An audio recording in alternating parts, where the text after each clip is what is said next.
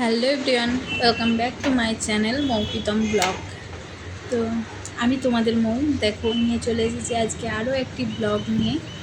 তো আজকে ব্লগটা শুরু করেছি বিকেল থেকে। দাঁড়াও আগে বলো তোমরা সবাই কেমন আছো। তোমাদের সঙ্গে তো এখন কন্টিনিউ ডেইলি দেখা হচ্ছে না ব্যস্ততার কারণে। তো সবার আগে বলো তোমরা সবাই কেমন আছো। আমরা তো বেশ ভালোই আছি। আর দেখো আমার পাপাটা এখন বিকেলবেলা দুষ্টুমি করছে। ও নিচে ছেড়ে দিলে এখন এই খাটের উপর তো থাকতেই চায় না, কোলেও থাকতে চায় না। ও সারাক্ষণ খেলা করে বেড়াবে, এটা নিবে ওটা নিবে সেটা নিবে। তো আলমারির চাবি নিয়ে ও এখন আলমারি করছে। তো সেখান থেকে ওকে উঠিয়ে খাটে যেই বসিয়েছি ওখানে গিয়ে পর্দাগুলো টেনে দিয়েছিলাম, কারণ বাইরে খুব রোদ্দুর ছিল। তো ও ওখানে জানলায় বসে থাকবে। আর মুড়ি দিয়েছিলাম বাটিতে দুটো, তো সেটাই একটা তুলে খেলো, দিয়ে তখন বসে আছে। আর এখন এত চঞ্চল হয়েছে, মানে যত বড় হচ্ছে ততই যেন দুষ্টুমি বেড়ে চলেছে আমাদের সোনা পাপার। তারপরে আমি তো ওর বাবা তো ছিল তখন দোকানে, আমি রান্না বান্না করব, আমার কাজ যেগুলো থাকে তোমরা তো জানো বিকেলবেলা, তো সেগুলো করব ওকে নিয়ে। এই ফাঁকে আমি আবার ছাদে জামা কাপড়গুলো মেলা ছিল, যেগুলো তোলা হয়নি, যেহেতু দুপুরবেলা কেচেছিলাম। সকালে যেদিন সকালে যেদিন কাচা ধোয়া করি সেদিন হচ্ছে দুপুরবেলা শুকিয়ে যায়, তুলে নিয়ে চলে আসি। আর যখন দুপুরবেলা কাছি তখন তো শুকোয় না, ওই জন্য বিকেলে তুলে আনি। তো তারপরে দেখো এখানে বই নিয়ে খেলা করছে।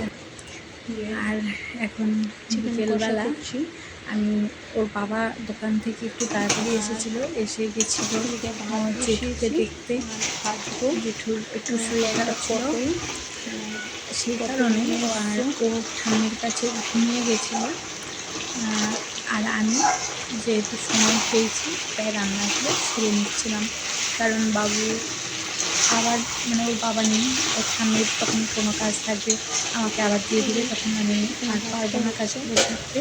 তার জন্য আগে থেকে সেরে নিচ্ছিলাম।